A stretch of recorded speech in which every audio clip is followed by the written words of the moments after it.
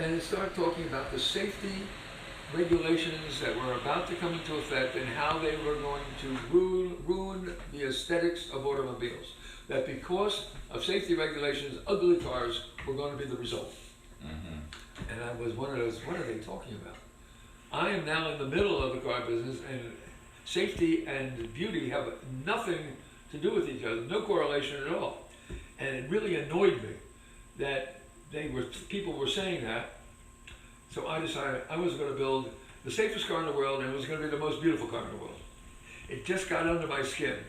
At the same time, at that time I had 3 kids, 3 boys, and every Saturday we would watch cartoons. And in one of the Saturday morning shows was a show called 1999, A Space Odyssey. Now, this was in the late 60s. So 1999 was a long way away. But in the beginning of this program, every Saturday, a car would silently come up to the screen and the doors would open up electrically. And I went, oh, I have to have that. I have to have that. Why? I have no idea. Something hit me that every Saturday for those 15 seconds I was there watching.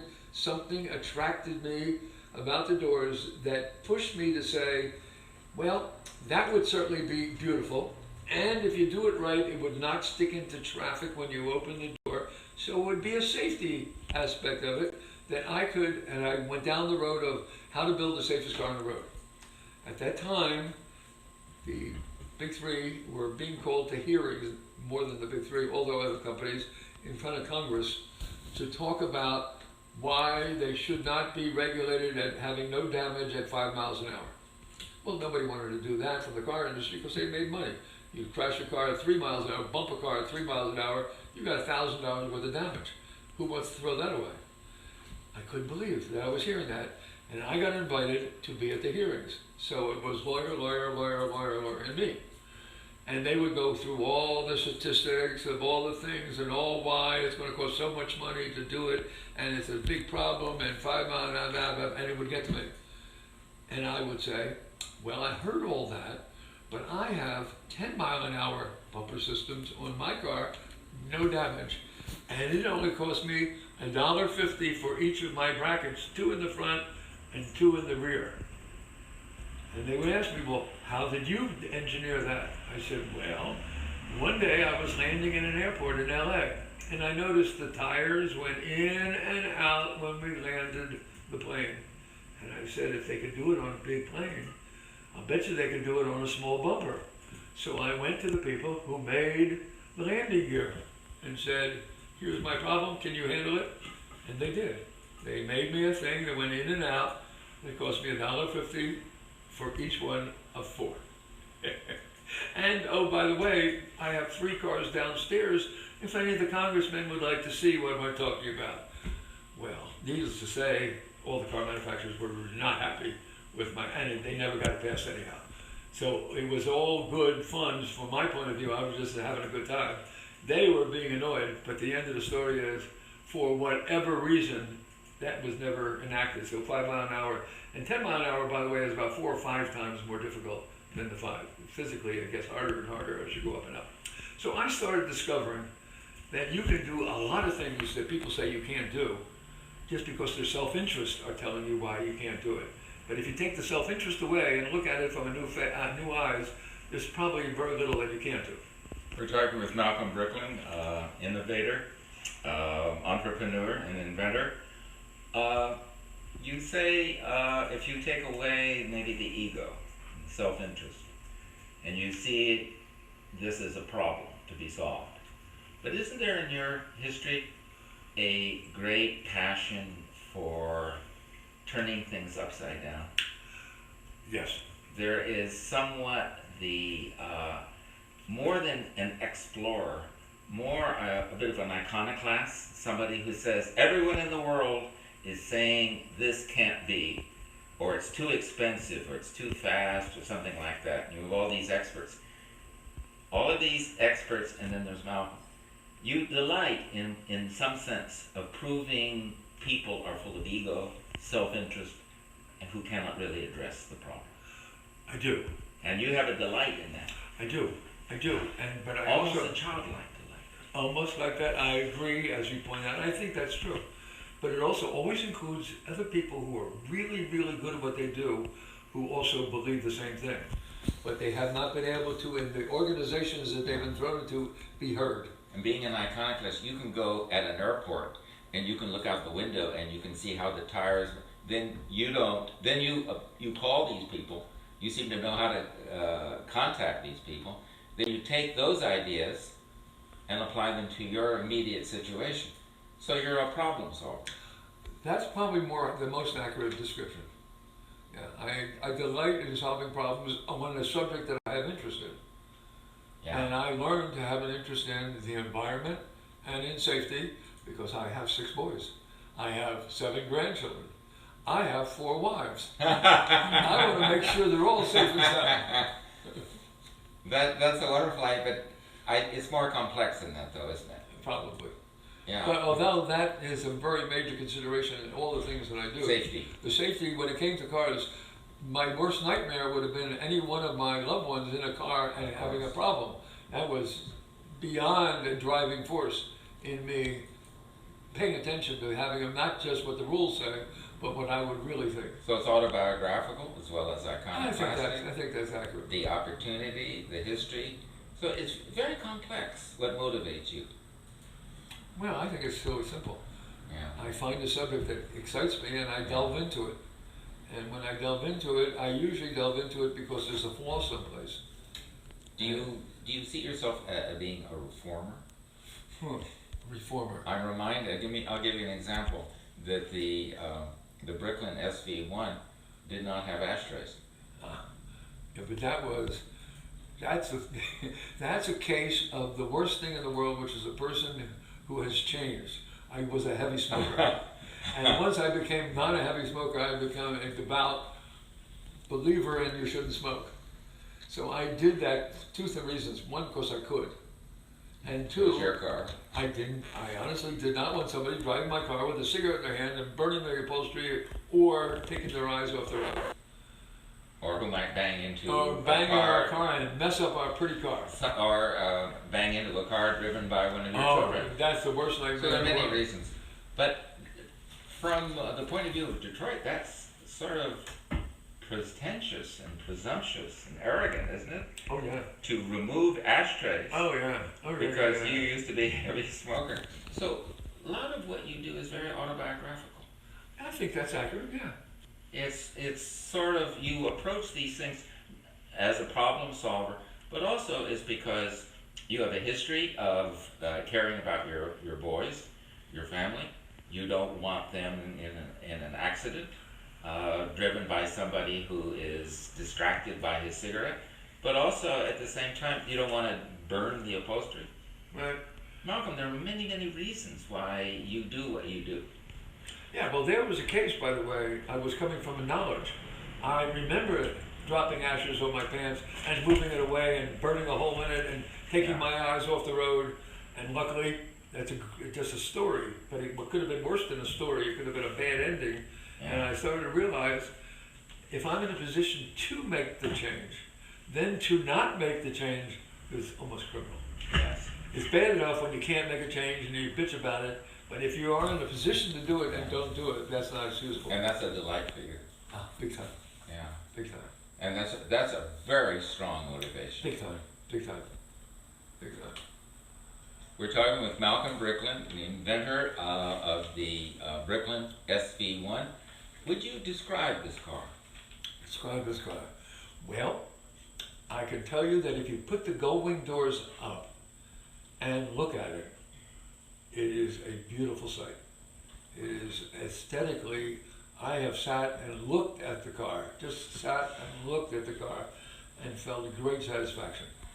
So I wanted it to be a really beautiful car, and I believe it is. I also wanted it to be a safe car, which was the whole purpose of the car. SV, safety vehicle, is the name of the car. But I also wanted it to be a car that did not give you aggravation and spend money like the 10-mile-an-hour bumper system. You didn't have to pay if you ran into something like that. The bodies themselves are solid acrylic reinforced with fiberglass. Nobody ever did it before, and nobody ever did it afterwards. But what it meant and what I said when it was being sold, I said 40 years from today, you will be able to take your car and look at it, and it will not have scratches, it will not have dents, and it will look just like it came off the factory floor. And it does almost 50 years from today, from when we built it, because the acrylic reinforced by the fiberglass keeps it from shattering like fiberglass does. So the only damage, if you could hit it hard enough, it will make a hole. But you can take the hole and put it right back in. Just glue it and buff it, and it's there. If you scratch it, it's solid acrylic, which is solid paint. So you just buff it, and these scratches go out. So here you get to have a car that is not going to rust on you, it is not going to dent on you, it is not going to scratch on you, and that's a real problem. When you have a car that's 40 or 50 years old, usually looks like hell unless you're that person who takes care of it every day, which is not where I was coming from. So I wanted a car that was a lot of fun, that was reasonably priced, that did not have all the things, because I was not coming from, I wanted to make my money from the parts. I wanted to not make my money from the parts. So this car, you didn't design it, but you gave input. What I did was told him what I wanted it to look like. Then I got a guy by the name of Bruce Myers. Bruce was a pool man in Southern California that also was a car freak to the nth degree. He created the Baja 1,000-mile race, which all the celebrities in the world used to go racing, and he invented the dune buggy. The Myers-Manx dune buggy was the first dune buggy ever invented. So it was extremely creative hippie. He was an automotive hippie in Southern California, well known at the time, and I hired him to take what I said I wanted to look like and for him to give me my first prototype. Now, it was not a drivable, it was a drivable, but it was not a manufacturable prototype. It wasn't engineered in any way. It just looked similar to what I wanted, but not exactly. And when I finally started understanding more about what I was getting into and realized I had to go to Detroit, I had to hire all the right people, we had to start from scratch because clay models had to be built to 1/10,000th of an inch before you can make the tooling. And then acrylic reacts one way and fiberglass another way, and it all shrinks and moves, and tooling had to be all sorts of things that I had no idea, but I did know I had to hire different kind of people. And so I got a hold of a guy by the name of, I can't believe it's senior moment. I'll think of how But you were a collaborator. Huh? Yes, but let me tell you how I hired this guy. He was a known designer who had worked for Ford, and he had his own design shop now, and he was extremely hippie. Big, shaggy beard, Hawaiian kinds of shirt, and I was interviewing him, and he had a place out in Livonia, Michigan, right outside of Detroit, and I stayed over for a couple of days. I was interviewing a number of people, and he told me that he usually works late at his design studio into like 2, 3, 4 in the morning. And I wake up early, so I decided to surprise him. And at 2 o'clock in the morning, I show up at his design studio, and there he was painting his secretary. Now, painting his secretary meant that she was nude, and he was painting her. Paint on her. Painting on her body. On her. So he was making her look like she was dressed, as a matter of fact. And of course, I'm a womanizer, so immediately I was taken by him and hired him. For reasons his name other was, than that, and his name was Herb Grass. Grass? Grass. Grass. This is in the 70s, when grass was something people did smoke if you were a hippie, and he did not. Even though his name was Grass, he said, I didn't because of my name. So he was a straight guy that looked different than who he really was, but extremely talented man. And he added the right kind of nice finishing features that made what Bruce Myers had done relatively quickly. He had refined it to something that it is today. We're engaged in an intense and extraordinary conversation with Malcolm Bricklin, and we welcome calls. And Malcolm, you seem to, you're very desirous of collaborating. Not only in the design of a car, not only on the safety features, you seem to be interested in toppling the standard way of thinking. You are oppressed by government regulations and desire to seek loopholes, getting around. Your interest in cars and safety and the like is autobiographical.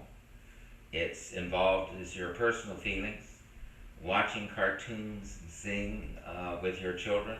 So, in a way, so many of these descriptions about you don't fit because they're fragmentary. So that really, in a way, to talk about you is to talk about many of the things that you've made reference to today. Well, first of all, that's true, that you pointed out, but I am a great believer that we are constantly changing. And so whoever we were at one point is not who we necessarily are the next point. And so when I look at you, and I see the incredible artistic values that you put on everything around you, where you live, the art that you buy, the art that you paint yourself, are all varied and all interesting and all different. And moving from New York City to Montclair, New Jersey, a big major change. You're a different person here than you were there. I hope so. No, you are. I can see that already. You seem more peaceful. I mean, a beautiful place that you have here, but you had a really lovely place in New York. And here at a stage that most people don't want to change, you're making a major change. So you think that's essential to your own sensibility? I think we have the same kind of basic attributes. Yes. You have said, don't mess with my dream. You used a different verb. Yeah. And that is been true, hasn't it? Well, People when people have give you advice on what you shouldn't do, yeah. I try to go out of my way to never tell my children they can't do anything. Even when I think some of the things they're doing are difficult, or and sometimes even different than difficult. Yeah. I make sure I keep my mouth shut because the last thing I ever want to do is to tell anybody they can't do anything. Because the truth of the matter is everybody can do anything. All they have to do is really believe it. I have a son, Jonathan, who started a ping pong nightclub. And it was after 4 years of being with me every day, taking films, making that movie, and helping on a daily basis with our web. This is the Entrepreneur. Which is the Entrepreneur. He said, I said, so now what are you going to do? And he said, I'm going to open a ping pong nightclub. Now, when I heard ping pong nightclub, I hear ping pong tables and alcohol. And I said to myself, so what's proprietary about that? Exactly nothing. And why would anybody give a damn? Well, maybe, but you got to raise, if you're doing it in New York, you got to raise a couple million. I didn't say any of these things, but I thought you got to raise a couple $1 million. You have to have management. It's more than just a club. You have to have somebody who's going to run it. You have to have somebody who's going to take care of the parties and the liquor and the food, and you have to put it in the kitchen and that, on and on. All the reasons why you shouldn't do it, which I had to not say one of those words and simply said, go for it. And watch with him not asking for any help from me. He went out and raised the money, opened up the club, and 7 years ago, from day one, he made money. And he has now a club in New York, and a club in LA, and a club in San Francisco, and a club in Chicago, and a club in Milwaukee, and a club in Toronto, and a club in Dubai. All ping pong all nightclubs. Spin ping pong nightclubs, and all of them are doing unbelievable, and that they have longevity. And now when they all open at where the New York club is, so they don't have to go through the process. They just start at the rate to the door and they're doing incredible. So you admire this because in great part this is a reflection of how you live your life. Well, I'm excited because my son has learned an important lesson, which is he can do whatever he wants. And he's now in the process. And you've demonstrated that. And he learned that. And he's in the process of now opening virtual reality outlets. He's opening up, of course, more spins everywhere. He's opening up indoor surfing. Now that's another one you got to say, what are you, out of your mind? But he also happened to point out that surfing just became an Olympic sport. So if you want to go surfing and you're not living on an ocean and you want to practice, you either buy the machine that he's buying the company of, or you know what? You don't get to be a surfer. So what I thought was, what are you doing? All of a sudden becomes a pretty cool thing. And he already has people who want to get involved. So the point is, my son is a reflection of, without having the experience, because he comes more from the creative, he's a writer. That's who he basically is. He has been a director, he has made movies, he has made documentaries. That's who he is. And I see him doing all these other things almost instinctively. And he needs to have other people, because he doesn't want to go run it. He wants to get them started, he wants to put them together, and he knows how to do that really well. But then I saw, with virtual reality, he's going to put in the outlets so that he can make the films that will go through his outlets, because that's really where his heart is. And I not only admired it, it gives me great, wonderful feeling. That's where your heart He's is. living a life that I find is the kind of life you want to live. We're talking with Malcolm Bricklin, car inventor, enthusiast, maverick. I'd like to go back to some of the practical problems that you face. That seems to be like funding. You built the Bricklin SV-1 in New Brunswick, Canada, and you built, well, obviously the Yugo was built in Yugoslavia, and then two curious kinds of historical circumstances happened in some way to disrupt your optimism and your enthusiasm as to what you might expect. Do you want to talk about the New Brunswick situation? Sure.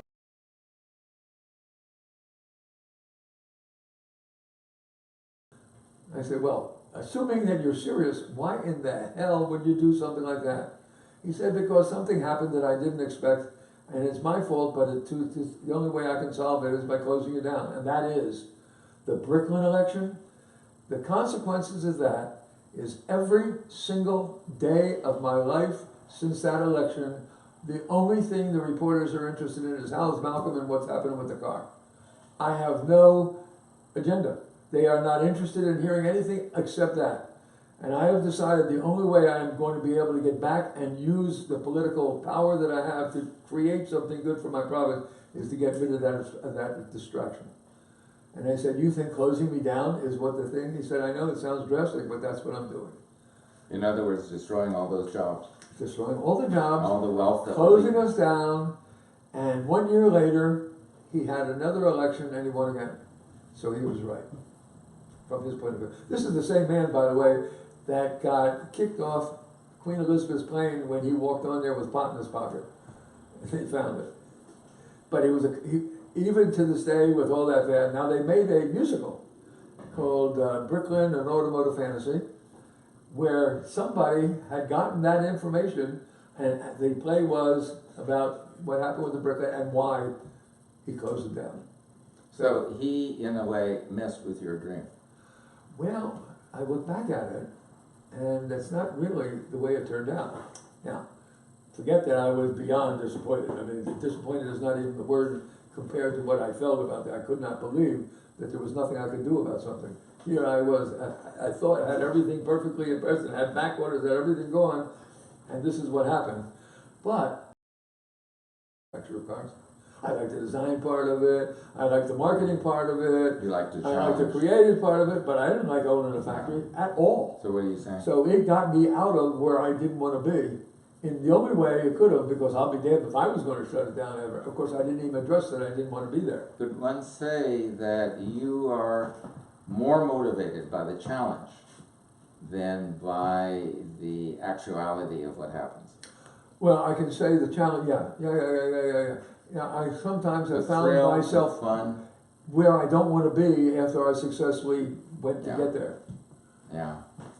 But again, that's the childlike preoccupation with the inventiveness of the problem, removing all of the naysayers, ignoring the regulations or trying to work around them. A child responds to creative questions by being very direct, leading with the heart, the imagination, and then frequently becomes disappointed.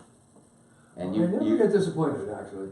That's not really what happens. you're not disappointed. No. What I do is I find it pushes me in directions that when I'm there, I'm happy I was there, but I would have never gone there myself.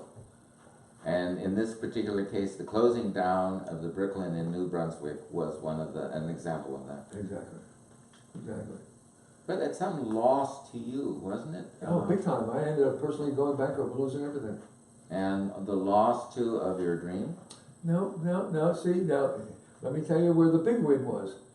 I was faced with probably the scariest thing that an entrepreneur or businessman can ever imagine, and that is bankruptcy.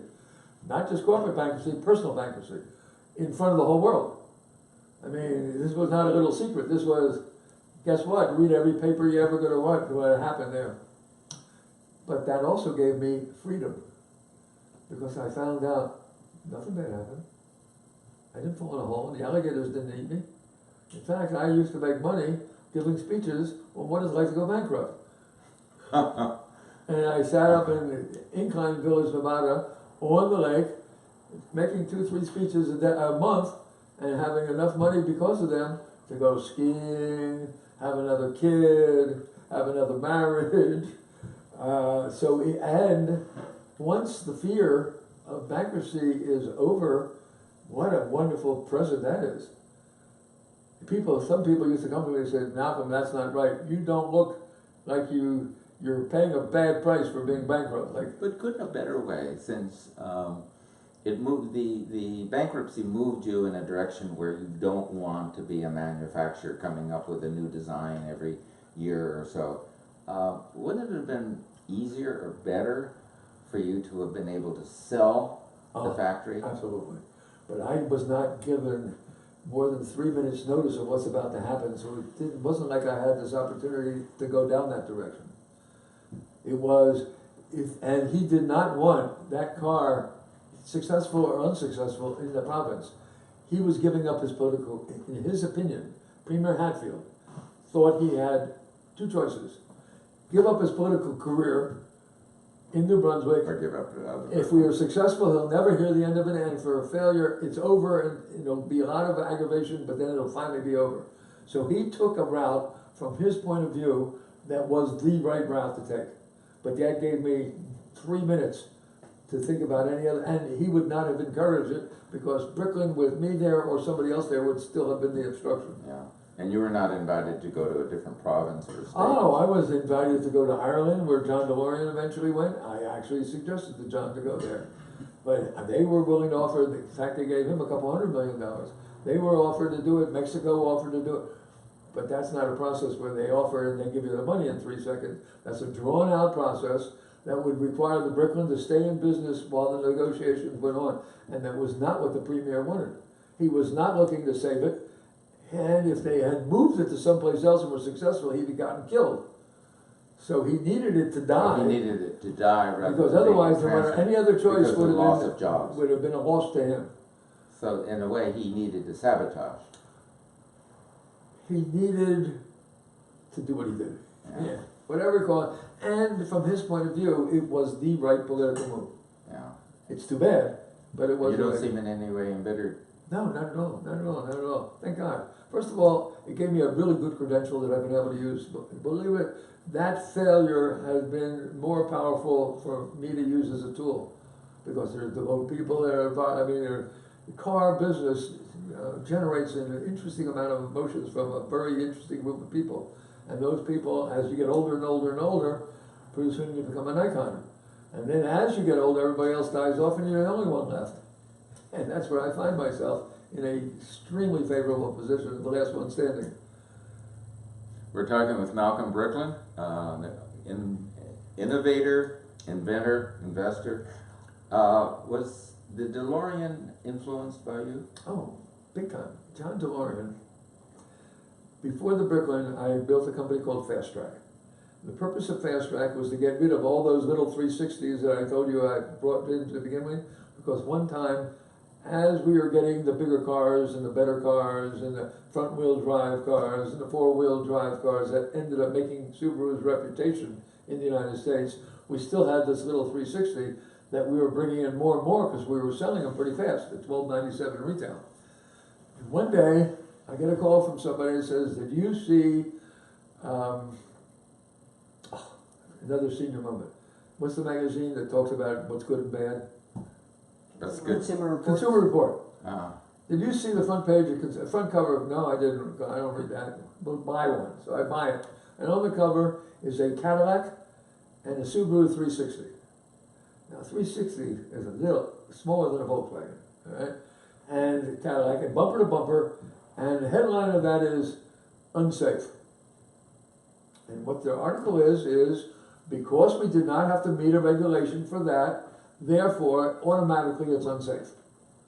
Now the truth is we didn't have to meet it, but because that car was so light, the truth of the matter, it was extremely safe unless it was between two cars. Then it would get squashed. You're dead. But any lighter car will get squashed between two heavier cars. That's a fact. But when the car is as light as this, and it was built like an egg, so structurally it was really strong, you hit it, it moves. Now, in safety, the reason you build all these things in the crush is to keep your organs in your body. Because at 25 miles an hour, if you hit a wall, and you're attached by a seatbelt, your organs go out. Your eyes, your stomach, your heart goes forward, and your body stays here. So the important thing is to have a crush in there so that the car gets it, not you. But there's another way of happening, is that is if it will go, it's the same as not being crushed. So when you got hit in this car, front, back, or anywhere else, it went. If it was not being squashed, you actually were in a safer car. Because Malcolm, this prompts me to ask you a question about the reputation of many of these cars. The Hugo is one of the ugliest or worst cars, the unsafe cars, the Bricklin. There are many commentators on the products of your imagination who claim, for a variety of reasons, including safety, that these are unsuccessful cars. And you're plagued by this. If you Google, maybe it's not meaningful to you because you do what you do, and the advice that you gave your son Jonathan applies to you. You do what is possible and what is desirable. But still, there is this cloud, this baggage that is associated with these cars. Didn't Time magazine come out with the 50 worst cars ever made, something like that? How do you feel about this? Well, it used to make me really mad. Oh no, it used to make me really mad. But then I realized that the way the game is played out there in the world of publicity, if you get a lot of good stuff, then the person who wants to write next wants to write bad stuff, because good stuff makes them feel like they're just following the leader. Yeah. And bad stuff is more interesting. If you find out somebody's getting married, it's one thing. If you find out somebody's getting divorced, now that's good stuff. Yeah. All right. So I found, after getting annoyed, that the way the game works is we had gotten so much publicity. We were on the cover of every magazine. They were getting applause for everything, including Hugo, which won Car of the Year by Fortune magazine, with all their happy horseshit and all their nonsense. But then it got to a place where somebody had to write something bad. And then once somebody writes something bad, anybody can write by simply stating that it was written over here. So they blatantly say things. I saw in the book that was written about Hugo that turned out to be about me, they said about the handyman stores had this wonderful idea where we had computer operating the stores with punch cards, and we had all these things up, but we never put the computers in. Wow, that really sounds like I did a really bad job of defrauding people. Well, if they actually went back and saw the pictures of the rooms with the computers and the fact that the operation couldn't start the first store without the computer thing. It was the whole basis of what we said, and we had them. And IBM wrote about it, and everybody wrote about how incredible, but somebody chose to ignore it because it wasn't a good story, and said what they said because it meant that, look at Malcolm, he defrauded them on doing that. When that was successful, the computers were there, they couldn't have been anywhere, and all you had to do was go look, and the pictures of the computer rooms, which took up a room this big, were there, and IBM used to write about it. So I realized, just because I said it, nobody gives a damn. And what they wrote will stay for the rest of it. I either have to ignore it or get annoyed over it. Those are my only two choices. Or hope that the good outweighs. It doesn't really matter, because it's whoever read, whatever they read, whenever they felt like it, and I believe crap about people, then I have no idea who they are, and I even get mad at those people based on what I read. I learned that everything you read is not exactly what it is that is actually happening out there. And there's nothing I can do. If I'm asking for publicity, I have to understand I'm going to pay the price of bad publicity. There'll be the dark as well as the And light. that's just the way it is. But you have expressed in the film, The Entrepreneur, you have expressed with great passion that you are angry that people are messing with your dream. Oh, of course. And you use the That word was a dream. case where my own people were trying to tell me why we couldn't do something. And I was telling them, in effect, do whatever you want, but don't start with what I can or can't do. But you can apply that sentence to a lot of these people who claim that something is ugly or something is unsafe. Can you imagine that somebody would consider the Bricklin one of the most beautiful cars in the world in an ugly list? Why? But they Because do, somebody don't they? decided that either they didn't like me because of whatever they read, they don't know me, but they read something, or they read something else that said I was a bad guy, so they were going to go down that road, and they did it. And God bless them. They could care less, and I care, but I don't give it a lot of credence. Yeah. I've always been a believer in going to one's very earliest childhood experiences, or with respect to someone like yourself, to your first creative investment. And I understand in the 1950s, you were in your 20s, and you created a sort of futuristic Home Depot called Handyman. Yep. And do you think what you did with Handyman is in some ways like a key to what happened later? What you brought to the table? Yeah, I with think so, Handyman? and I was 19 at the time. You were Because 19. it was important for me to make $1 million by the time I was 21. And that was the reason. So that was purely investment. No. I happened to have I was in college at University of Florida. They give C courses for the first 2 years, whatever their comprehensive course, whatever. And one of them was logic. And for some reason, I took the logic. And so I set the curve. And therefore, I logically concluded that I didn't need college. That'll go over big. Yeah, well, my parents were real happy with that. At exactly that time, my dad sold his building supply business, which was the biggest building supply in Central Florida. And I then said, oh my, I had never thought about what I was going to do. I just assumed I would go into business with my dad. Not that I have any attributes to a building or building supply. And now, oh my. So I decided, my name is Bricklin, and the company, the name was Bricklin Building Supply. How about if I go hire his best salesman? Mm. And now we'll call it Quainus Bricklin, his name was Quainus. And everybody will think I'm my dad. So I left college, and I opened up a building supply. And it worked that way. Builders gave me business because they thought Dad's really behind me. And suppliers sold me stuff because I had the entree of my dad, who had a fabulous reputation.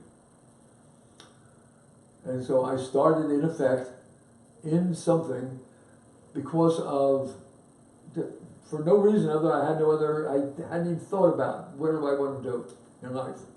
Now I'm in the building supply business, and I enjoyed it. I would sell buildings, they'd build 100 houses, and then I found something that I didn't like. They would build their 100 houses, but when they got down to their last couple, which you did not know was their last couple, somehow they forgot to pay their bill. Mm. And all of a sudden, I, who had been getting paid monthly from their thing, ended up having to take a loss and never knowing when that was going to come. So I started to get really unhappy with giving anybody credit. I did not like the fact that I could be screwed by them not paying me. And they had no problem having a conscience about it. It was their business. That was their game. Pay up to here, the last couple take it all and don't pay anybody. So I was then starting to look for how to be in the business I now was learning about and not have to take credit. At the same time, 7-Eleven was just happening. So here was a place open 7 days a week, a really small grocery store. Mm-hmm. All right, so I figured, why not a little small hardware store? Because a hardware store's problem is they have 50,000 items. So the inventory is forever and ever and never Doesn't turns over move. and costs you a fortune and it's a pain in the ass. How about if I had just enough for the day's sales and had an IBM punch card for each product I had? So if I had 27 screws in there, I had 27 cards. If I had 4 pieces of plywood, I had 4 cards. And every day a driver would come by each of the stores and pick up the cards, and it would then come to our IBM controlled warehouse, and all we had was punch cards back then. 1959? 1959, yeah. And all we had was punch cards, actually 58 is when I started. So they would organize the punch cards in the way that I had the warehouse set up. So they would pick the onesie twosies, put it in the box, put it in the truck, and I ended up with 17 stores in the Orlando area and 150 stores nationwide.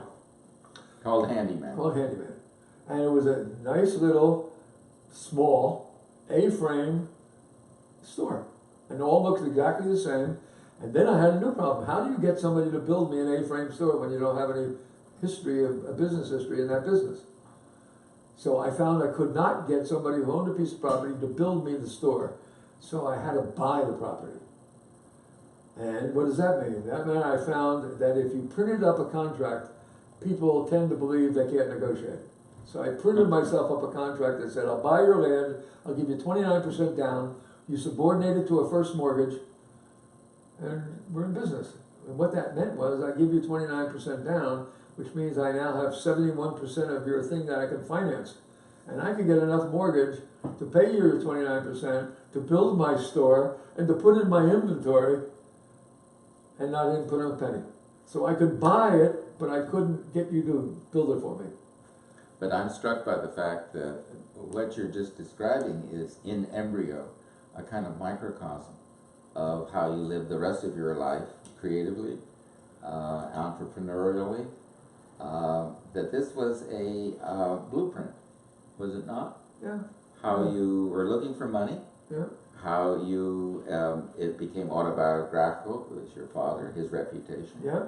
How you had new ideas, innovative ideas. First of all, the inventory and the cards, even though I guess at that time it was primitive, wasn't it? The Very IBM. primitive. I had a room this big, bigger than that, twice this size, for nothing more than print a little, punch card. Yeah. And here you are 19 or 20 years old. Yeah.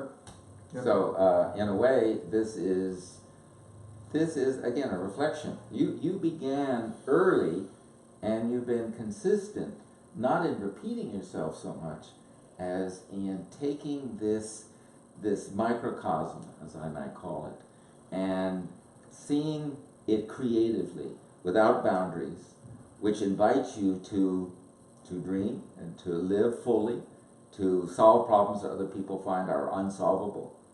And so Handyman, or the Yugo, or the Rabbit, or the Cherry, is it the Chinese car? Yep. And now, I don't think we have time for it, but your new adventure into the art business seems to be, in some sense, your self-portrait. Yeah, I think that's accurate. Yeah. Actually, I never looked at it that way, but I think that's accurate. Before we wrap up, we have just a couple questions from out there. Yes. Malcolm, what matters more to consumers, the looks of a car or the performance of a car? Different kinds of consumers, different kinds of what's I would say most people like the looks of the car, and there are the magazines, of course, want the performance. So the people who talk about cars are the ones who want performance. That's to me, I want only basic performance when I'm trying to sell it at a lower price. And then, of course, as the price goes up, you want to get your performance be better and better and better. But the beauty of the car, when I have anything to do with it, is foremost to me. Okay. And what advice would you give to others who bounce back from misfortune or failure, as it were?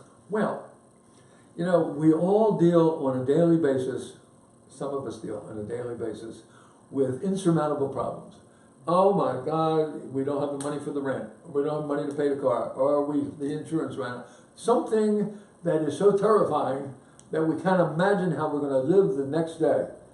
But you know what? When you look back, here we are. We've all lived the next day over all these problems.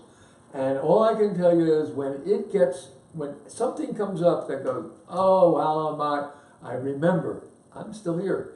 I remember having that feeling a whole bunch of times, and here I am. This too shall pass really does work. Great, great. Okay, great. We should probably wrap it up. Malcolm, thank you. John, it's always a pleasure with you. Thank you so much.